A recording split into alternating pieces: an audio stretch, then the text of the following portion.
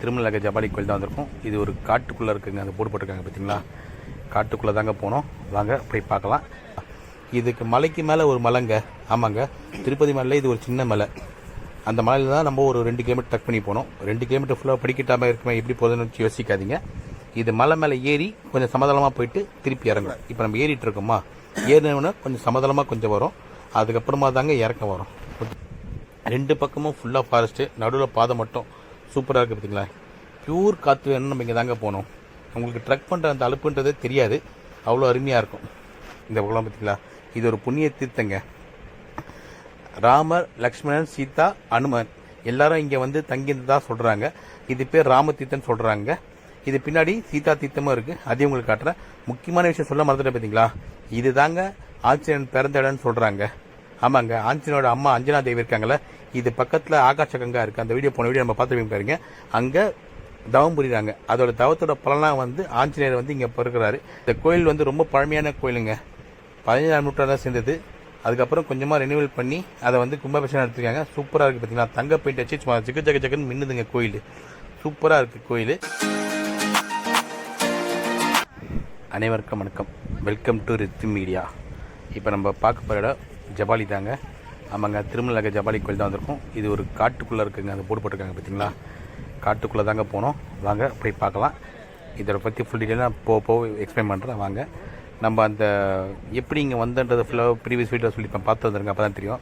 வெறும் 120 rupees தாங்க ticket. அந்த 120 rupees டிக்கெட் எடுத்தோன்னா நம்ம 6 கோயிலுக்கு போகிற பேக்கேஜ் தான் அந்த டிடி அந்த திருமலை பஸ்ஸே கொடுக்குறாங்க.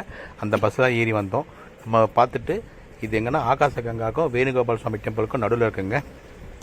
ஆமாங்க, இப்போ நம்ம என்ட்ரன்ஸ் வந்து ஒரு 200 மீட்டர் உள்ளே போனோங்க. உள்ளே போனால் ஒரு ஆர்ச்சி வரும், அதுக்கப்புறமா தான் நம்ம போனோம். இந்த பாருங்கள், இந்த ஆர்ச்சி ஃபஸ்ட்டு ஒரு ஆர்ச்சி, இது செகண்ட் ஆர்ச்சி. ஓகேங்களா, இங்கே தான் நம்ம செப்பல்லாம் கேட்டணும். இதுக்கு மேலே செப்பல் போட்டு போகக்கூடாதுங்க. ஓகேங்களா, செப்பலை கேட்டு நம்ம நடக்கலாம். இது ஒரு 2 கிலோமீட்டர் ஃபாரஸ்ட் உள்ள படிக்கட்டு ஏறி போகிற மாதிரி தான் அங்கே இருக்கும். உள்ளே போய் பார்க்கலாம் வாங்க. கொஞ்சமாக அப்படியே முன்னாடி போவோம். சரிங்களா, பாப்பாவோட ஆக்ஷன் நல்லா இருக்குல்ல. நடந்தால் ஒரு லைக் ஒன்று தட்டி விட்டு கமெண்ட் பாக்ஸ் ஒரு கமெண்ட் கொடுத்துருங்க, பாப்பாவோட ஆக்ஷன் எப்படி இருக்குன்னு சொல்லிட்டு. அவங்க பயங்கர ஹாப்பிங்க. ஓகேங்களா, இங்கே பூஜைக்கு என்னென்ன பண்ண சொல்லி வச்சுருக்காங்க, போர்டு வச்சுருக்காங்க பாருங்கள். அன்னதானத்துக்கும் நம்ம இங்கே பே பண்ணுறதா பே பண்ணிக்கலாம். அர்ச்சனைகளை ஒன்று சொல்லியிருக்காங்க. அது எல்லாமே அந்த போர்டில் போட்டிருக்காங்க. இது ஒரு சொன்ன மாதிரி இது ஒரு 2 கிலோமீட்டர் ஃபாரஸ்ட்டில் ட்ரக் பண்ணி போகிற மாதிரி தாங்க இருக்கும். படிக்கட்டு தான் சூப்பராக இருக்கும். இங்கே வந்து போகிற வழியில் வந்து இந்த மாங்காய், பொரி, மோர் அதெல்லாம் விற்பாங்க. அதை மாதிரிலாம் வாங்கி சாப்பிட்டு அப்படியே கொஞ்சம் டைம் பாஸ் பண்ணிவிட்டு பொறுமையாக நடந்து போகிறாங்க ரிலாக்ஸாக. நான் உங்களுக்கு ஃபஸ்ட்டு வீடியோவில் சொல்லியிருப்பேன், நீங்கள் வந்து அங்கே வேன்லாம் பேக்கேஜ் கொடுப்பாங்க, அந்த வேனில் ஏறாதீங்கன்னு சொல்லிட்டு. வேனில் ஏன் ஏறாதீங்கன்னு சொல்லிட்டு இருப்பேன்னா அதோட ரீசன் இதுதான். என்னென்னா, இது போகிறதுக்கு ஒரு 1/2 hour, வரத்துக்கு ஒரு 1/2 hour ஆகும். வேனில் அவ்வளோ நேரம் உங்களை வெயிட் பண்ணி பிக் பண்ணி கூப்பிட மாட்டாங்க. ஸோ உங்களோட ஓன் வெஹிக்கிள் இருந்தால் ஓன் வெஹிக்கில் வாங்க. அப்படி இல்லாட்டி அந்த பஸ்ஸில் ஏறி அந்த 120 rupees டிக்கெட் எடுத்து வரதாங்க பெஸ்ட்டு ஆப்ஷனாக இருக்கும். ஓகேங்களா, இதுக்கு மலைக்கு மேலே ஒரு மலைங்க. ஆமாங்க, திருப்பதி மலையில் இது ஒரு சின்ன மலை. அந்த மலையில் தான் நம்ம ஒரு 2 கிலோமீட்டர் டக் பண்ணி போனோம். 2 கிலோமீட்டர் ஃபுல்லாக படிக்கட்டாமல் இருக்குமே, எப்படி போகுதுன்னு யோசிக்காதீங்க. இது மலை மேலே ஏறி கொஞ்சம் சமதளமாக போயிட்டு திருப்பி இறங்கும். இப்போ நம்ம ஏறிட்டு இருக்கோமா, ஏறினோன்னா கொஞ்சம் சமதளமாக கொஞ்சம் வரும், அதுக்கப்புறமா தாங்க இறக்கம் வரும். ஓகேங்களா, நீங்கள் கிட்ஸ் எல்லாம் கூப்பிட்டு போனால் பயங்கரமாக என்ஜாய் பண்ணுவாங்க. இங்கே டிராஃபிக் பொல்யூஷன் எதுவுமே இருக்காது. காட்டு உள்ள நடந்து போகிற மாதிரி தான் இருக்கும். ஸோ மக்கள்லாம் போயிட்டு வருவாங்க. அதனால் நம்ம எந்த பிரச்சனை இல்லாமல் நம்ம கிட்ஸை கூப்பிட்டு போகலாம். அவங்க பாட்டு விளையாட்டு பொறுமையாக ஜாலியாக என்ஜாய் பண்ணிட்டு வருவாங்க. அதை பாருங்கள், 2 பக்கமும் ஃபுல்லாக ஃபாரஸ்ட்டு, நடுவில் பாதை மட்டும் சூப்பராக இருக்குது பார்த்தீங்களா. பியூர் காற்று வேணும்னு நம்ம இங்கே தாங்க போனோம். உங்களுக்கு ட்ரக் பண்ணுற அந்த அலுப்புன்றதே தெரியாது, அவ்வளோ அருமையாக இருக்கும். பாருங்கள், பாப்பா பாட்டு முன்னாடி போய்ட்டுருக்கோம். இங்கே அங்கங்கே கடைங்க இருக்குங்க. நீங்கள் எதாவது வேணுமான்றது பிரச்சனை இல்லாமல் நீங்கள் போகலாம். ஒரு வாட்டர் பாட்டு மட்டும் கையில் எடுத்துகிட்டு நீங்கள் பாட்டு நடந்து போயிட்டே இருக்கலாங்க. ஃபாரஸ்ட் தான், 2 பக்கமும் ஃபாரஸ்ட் நடுவில் நம்ம பாட்டு அமைதியாக போகணும். இது வந்து தேவஸ்தானம் போட்டிருக்க ரோட்டில் மட்டும் போங்க, பக்கத்துலாம் காடுங்க. அதனால் வேறு ஏதாவது ரூட் இருக்குன்னு சொல்லிட்டு உள்ளே போய் நம்ம அட்வென்ச்சர் பண்ண சொல்ல உள்ளே போயிடாதீங்க. இங்கே மிருகங்கள்லாம் இருக்குங்க. நம்ம போகிற வழியில் கண்டிப்பாக இருக்காது, ஆனால் அதை தவிர நீங்கள் பாதையை மாற்றி உள்ளெல்லாம் அங்கேயே போனீங்கன்னா கண்டிப்பாக மிருகங்க இருக்கும். ஸோ அதெல்லாம் நீங்கள் போகாதீங்க. உங்களுக்கு கொடுத்துருக்க பாதை இருந்தவோ அந்த பாதையில் மட்டும் நீங்கள் பார்த்து நடந்துப்பாங்க. பாருங்கள், ஃபஸ்ட் நம்ம ஏறணும். இப்போ சமதளமாக போகுது பாருங்க, பார்த்து சமதளமாக போதா, சமதளமாக கொஞ்சம் தொலைவு போவோம், அப்புறம் இறங்கும் போது நான் உங்களுக்கு காட்டுறேன். இறங்கி தான் நம்ம போகணும். அதனால் வந்து உங்களுக்கு அழுப்பு அந்தளவுக்கு தெரியாது. ஏன்னா ஒரே அடியாக ஸ்டிப்பாக தான் ஏறது கஷ்டமாக இருக்கும். இது கொஞ்சம் ஏறுவோம், திருப்பி சமதளமாக போவோம், அப்புறம் வந்து படிக்கட்டு இறங்குவோம். மொத்தமாக ஒரு 300 படிக்கட்டு வரும். ஓகேங்களா, அதனால் வந்து ஏற முடியாமலாம் கஷ்டப்படாதீங்க. வயசானவங்க கூட வந்துடலாங்க. கொஞ்சம் ரிலாக்ஸாக உட்காந்து வரலாம். அங்கே பாருங்கள், பக்கத்தில் உட்காரத்துக்கு சூப்பராக கொடுத்துருக்காங்க. ஃபுல்லாக பார்த்தீங்கன்னா காடு எப்படி இருக்குன்னு சொல்லிட்டு. சூரியன் சூப்பராக இருக்குல்ல ரித்துமா? மலை பாரு எவ்வளோ அழகாக இருக்குது. என்னவா ரொம்ப அழகாக இருக்குங்க. ஏய் பொறுமையா பொறுமையாக தான் போனோம்.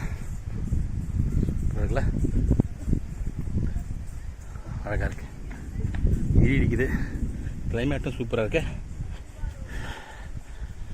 சில்னஸ் ஃபீல் பண்ண முடியுது. காலிலேருந்து சரியான வெயிலுங்க.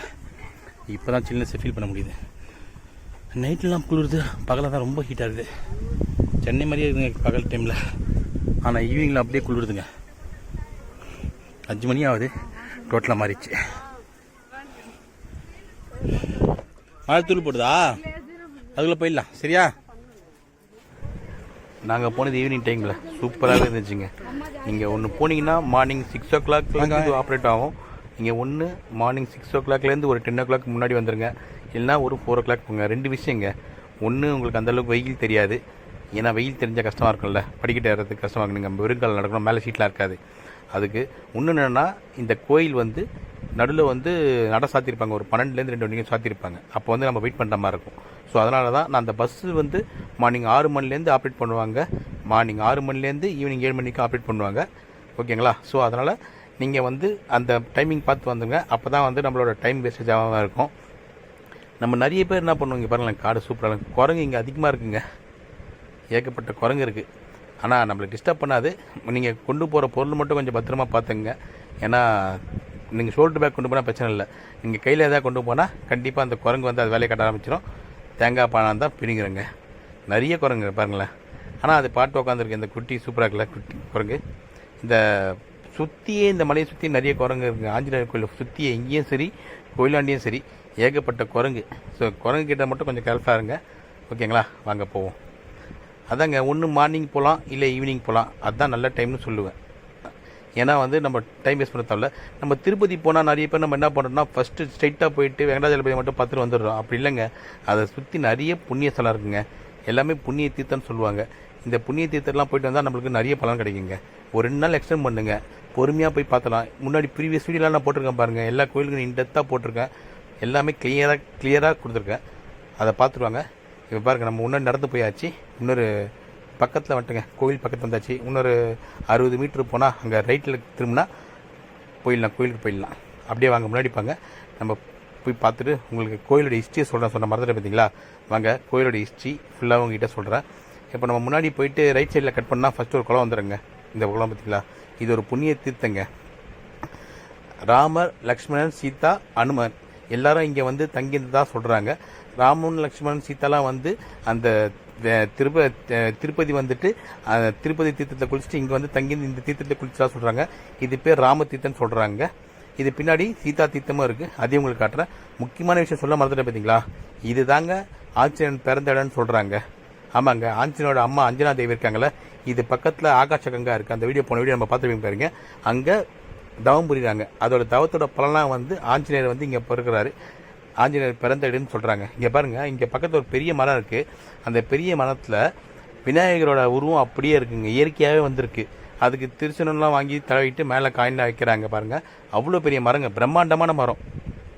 அங்கே வரவங்களாம் அதை வேண்டிட்டு அந்த செந்திரத்தை நெத்தியில் வச்சுட்டு சில பேர் காயின் இருந்தால் காயின் அங்கே ஒட்டுறாங்க பாருங்கள். அதை தான் அது பார்த்தீங்கன்னா எவ்வளோ பெரிய மரம், சூப்பராக இருக்கலாம். இந்த கோயில் வந்து ரொம்ப பழமையான கோயிலுங்க. 15ஆம் நூற்றாண்டாக சேர்ந்தது. அதுக்கப்புறம் கொஞ்சமாக ரெனியூவல் பண்ணி அதை வந்து கும்பாபிஷேகம் எடுத்துருக்காங்க. சூப்பராக இருக்குது பார்த்தீங்களா? தங்க பெயிண்ட் வச்சு சும்மா ஜக்குன்னு மின்னுதுங்க கோயில். சூப்பராக இருக்குது கோயில். நான் உங்களுக்கு சாமியோட ஃபோட்டோ காட்டேன் பாருங்கள். இவர் தான் ஆஞ்சநேயர். வேண்டிங்க எல்லாரும், சரிங்களா? அழகாக இருக்கார்ல. வெளில வந்தால் பில்லை வச்சுருக்காங்க, அடிச்சுக்கலாம். அப்படியே பிரகாரத்தை சுற்றி வருவோம் வாங்க. பிரகாசத்தை சுற்றி வருவோம். சூப்பராக அமைதியாக இருக்குங்க. உங்களுக்கு அமைதி வேணும்னா கண்டிப்பாக இங்கே வரலாங்க. அவ்வளோ பீஸ்ஃபுல்லாக இருக்குது. அதுவும் ஆஞ்சநேயர் இங்கே பிறந்த இடம். அப்போது இதோட பலன் நம்ம சொல்லவே தேவையில்லை. ராமர் வந்து தங்கின இடம்னு சொல்கிறாங்க. அப்போ எப்பேற்பட்ட இடமா இருக்கும். திருப்பதி வந்து அதெல்லாம் ஸ்கிப் பண்ணாமல் கண்டிப்பாக வந்து பார்க்க வேண்டிய இடங்க. ரொம்ப டைமில் ஆகாது. இங்கே அன்னதானம் கொடுக்குறாங்க பாருங்கள். சாமியை பார்த்து வெளில வந்தோடனே ஆப்போசிட்டில் பிரசாதம் கொடுக்குறாங்க. அந்த பிரசாதத்தை நம்ம வாங்கிக்கலாம். இதுக்கு பணம்லாம் கட்டினா முன்னாடி அந்த போர்டில் போட்டு பாருங்கள். பணத்தை கட்டினா நம்ம பேர்லேயும் அங்கே பிரசாதம் கொடுப்பாங்க. ஓகேங்களா? நம்ம இப்போ சாமியை பார்த்து வெளில வந்து பிரசாதமாக வாங்கி சாப்பிட்டாச்சு. உங்களுக்கு சீதா குளத்தை கூட்டு போகிறேன்னு சொன்னேன்ல, இது பேக் சைடில் தாங்க வழி இருக்குது. இது வழியாக தான் போகணும். இதுக்கு பாதை கிடையாதுங்க, மண்ணு பாதை தான். மண்ணு பாதை வழியாக உள்ளே போனால் தான் அந்த சீத்தம்மா குளத்துக்கு போக முடியுங்க. அதுவும் புண்ணிய தீர்த்தம். உங்களுக்கு நான் நிறைய புண்ணிய தீர்த்தத்தில் தான் போன வீடியோலாம் காமிச்சிருப்பேன். பாருங்கள், ஸ்கிப் பண்ணாமல் அந்த வீடியோலாம் போய் பாருங்கள். அப்போ தான் உங்களுக்கு ஃபுல்லாகவே புரியும். இங்கே கொஞ்சம் பாதை சரி கிடையாதுங்க. நம்ம நடந்த மரத்து வேர்லாம் இருக்குது பார்த்தீங்களா, இதெல்லாம் தாண்டி வந்தால் தான் ஒரு 200 மீட்டர் உள்ள வந்தீங்கன்னா இந்த சீத்தம்மா குளம் இருக்கலாம். இது வரைக்கும் பார்த்தீங்களா குளம். உங்களுக்கு வீடியோவில் பார்க்குறது எப்படி தெரில, ஆனால் தண்ணி அவ்வளோ பியூரிட்டியாக பளிங்கி போல் இருக்குங்க. உங்களுக்கு வீடியோவில் பார்க்கறதுக்கு போனால் தண்ணி கலங்கினாமல் தெரியலாம், ஆனால் உண்மையாக நல்ல தண்ணி தான் அது. அவ்வளோதாங்க. இப்போ நம்ம பார்த்துட்டு இறங்க போகிறோம். ப்ரீவியஸ் வீடியோலாம் போய் பாருங்கள். ஒவ்வொரு கோயிலை பற்றியும் இந்த டீட்டெயிலாக நான் உங்களுக்கு எக்ஸ்பிளைன் பண்ணியிருக்கேன். எல்லாமே சூப்பராக உங்களுக்கு பிடிக்கிற மாதிரி தான் சொல்லியிருக்கேன். பாருங்கள், திருப்பதி வந்தால் இதெல்லாம் கண்டிப்பாக போய் பார்க்க வேண்டிய இடங்க. நிறைய பேர் வந்தோம் பார்த்தோம் போகிறோன்னு இருக்காங்க.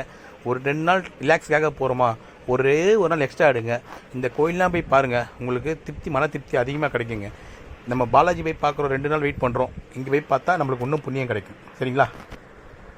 இந்த வீடியோ உங்களுக்கு பிடிச்சிருந்தா லைக் பண்ணுங்க, சப்ஸ்கிரைப் பண்ணுங்க, ஷேர் பண்ணுங்க. ஆமாம், ரித்திகா சொன்ன மாதிரி இந்த வீடியோ பிடிச்சிருந்தா லைக் பண்ணுங்கள், ஷேர் பண்ணுங்கள், கமெண்ட் பண்ணுங்கள், சப்ஸ்கிரைப் பண்ண மறந்துடாதீங்க. பாய் பாய். அடுத்த கோயில் போகலாம்.